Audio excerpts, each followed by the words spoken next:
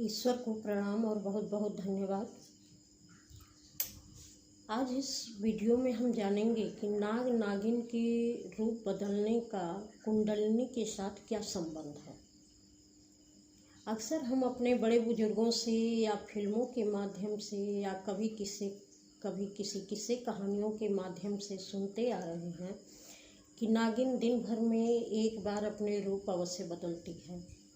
फिल्मों में भी बड़े रोमांचक अंदाज में किसी आदमी या औरत को नाग नागिन के रूप में परिवर्तित होते हुए दिखाया जाता है। हमें यह सब देखने में बहुत रोमांचक प्रतीत होता है। फिर कहीं न कहीं मन के कोने में एक प्रश्न अवश्य उठता है कि क्या सचमुच नाग नागिन का रूप परिवर्तन होता है। हमारी पौराणिक किस्से कहानियाँ कई ऐसे रोमांचक तथ्यों पर आधारित होती हैं, लेकिन हमें ऐसा प्रतीत होता है कि इनका वास्तविक जीवन से कोई लेना देना नहीं है। किंतु यह सत्य नहीं है। जब विज्ञान का आधार तकनीकी शोध नहीं था तो लोग अपनी अंतरात्मा यानी कि खुद को समझने का प्रयास करते थे। खुद को समझने और जानने के प्रयास में बहुत सारे लोगों ने ब्रह्मांड के बहुत सारे रहस्यों को अपने आत्मज्ञान से जाना और उसे प्रतीकों के माध्यम से या किसी कहानियों के रूप में ढालकर लोगों के सामने परिभाषित किया।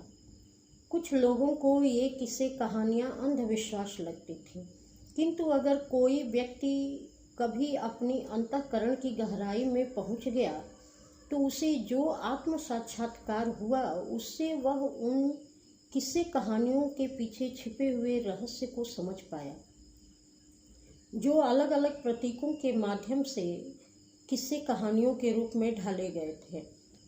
उन्हीं में से एक रहस्य है नागिन के रूप बदलने का।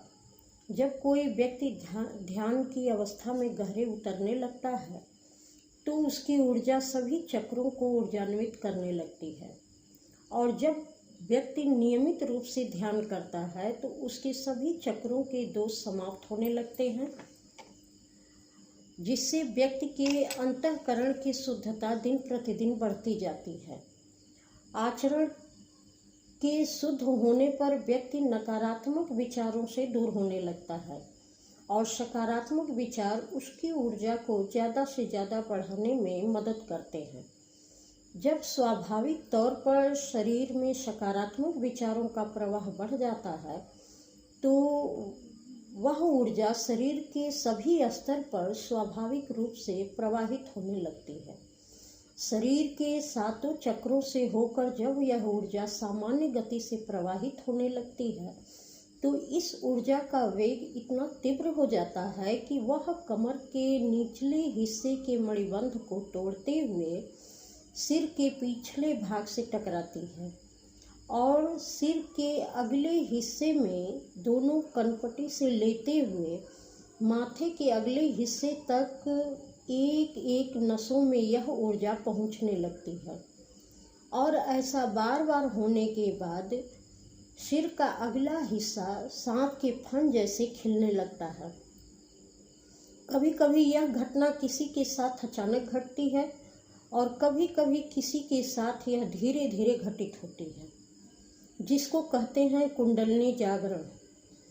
जिसकी भी कुंडलिनी जागृत हो जाती है वह कमर से होकर रीढ़ की हड्डी का सिर के पिछले सिरे से गुजरकर माथे के अगले हिस्से का खिलना सांप के फन फैलाने का एहसास कराता है। ऐसा लगता है कि शरीर का यह हिस्सा कुंडली मारकर फन फैलाए सांप के जैसा है। जिस भी व्यक्ति ने अपने शरीर के अंदर इन परिस्थितियों का अनुभव किया वह इससे मिलने वाले आनंद का अनुभव व्यक्त करने में असमर्थ होता है। उस व्यक्ति के लिए इस आनंद का अनुभव करना एक नशे के समान हो जाता है। वह इस आनंद को खुद से वंचित नहीं कर पाता।